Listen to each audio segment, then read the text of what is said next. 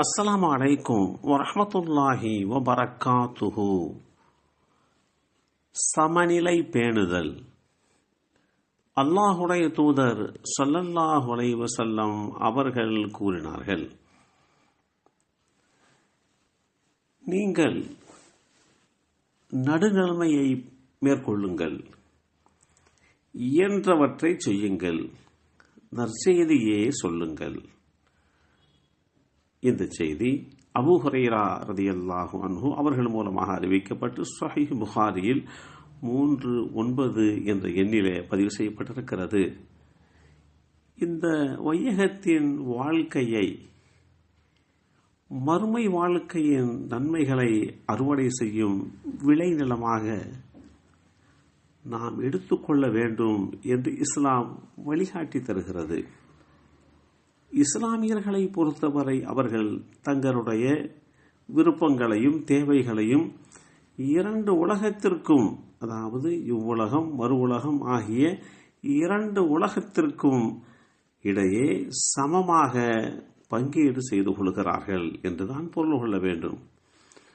உடுத்துவதாக இருக்கட்டும், உறவு கொள்வதாக இருக்கட்டும், பொருளீட்டுவதாக இருக்கட்டும், பிறரிடத்திலே நட்பு கொள்வதாக இருக்கட்டும், விரோதம் கொள்வதாக கூட இருக்கட்டுமே, அனைத்திலுமே சமநிலை போக்கை கடைபிடிக்க வேண்டும் என்று இஸ்லாம் வழிகாட்டி தருகிறது.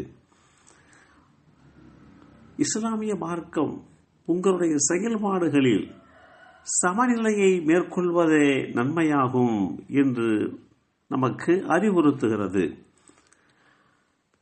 அப்துல்லாஹ் இப்னு மஸ்ஊத் ரலியல்லாஹு அன்ஹு அவர்கள் கூறினார்கள், நடுநிலையை கடைபிடியுங்கள். நிச்சயமாக நடுநிலையை கடைபிடிப்பதால் உங்களுடைய இலட்சியத்தை நீங்கள் அடைந்து கொள்ள முடியும்.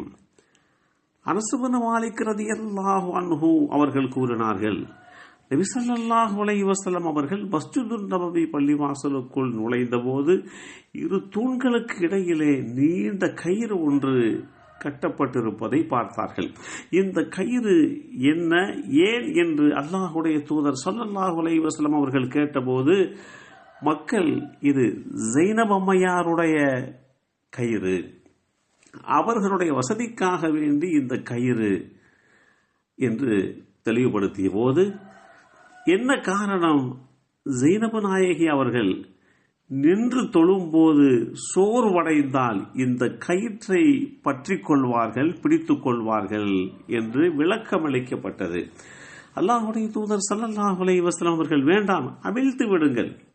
உங்களில் ஒருவர் உற்சாகமாக இருக்கும்போது கூடுதலாக உபரியான தொழுகைகளை தொழட்டும், சோர்வடைந்தால் உட்கார்ந்து கொள்ளட்டும் என்று அல்லாஹ்வுடைய தூதர் ஸல்லல்லாஹு அலைஹி வஸல்லம் அவர்கள் இப்படியெல்லாம் சமநிலை பேணப்படாமல் அளவுக்கு அதிகமாக சிரமம் எடுத்துக்கொண்டு ஒருவர் தன்னை வருத்திக் கொள்ள வேண்டாம் என்று வழிகாட்டி தந்திருக்கிறார்கள்.